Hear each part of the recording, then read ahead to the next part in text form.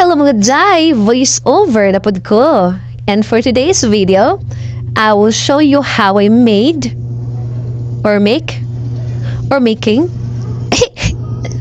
ay basta mo na to how I made maki salad. Char, kasosyo sa name. Uy, pero may kasbekos di mga Jai.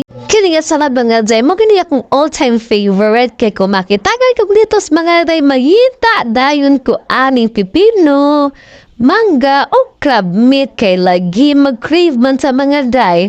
And by the way, shout out ko sa akong kamo kachabi ba? Char.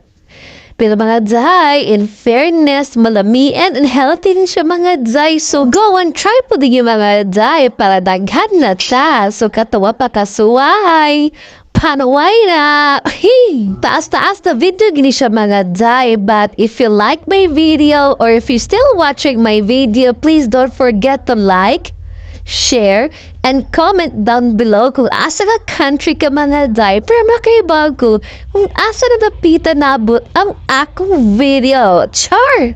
Pinavlogger ka dyan. Vlogger na bang taran?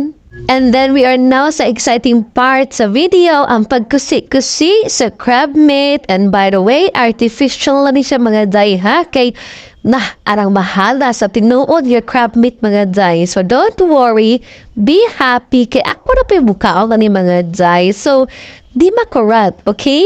Then now let's still look here's the mango kay sayang tamis ba kaayo. And by the way mga Jai, one tip lang to check if the mango is sweet. So imo na siyang simhuton mga Jai. If you feel the aroma,